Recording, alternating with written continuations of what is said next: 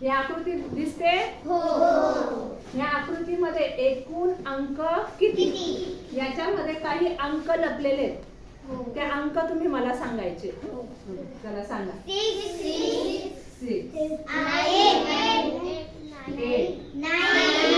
9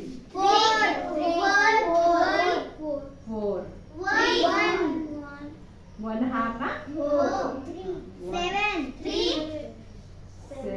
3 3 2 2 अजून 0 very good. कोणता? 0 हा एक 0. बघा 1 2 3 4 फक्त 5 नाहीये.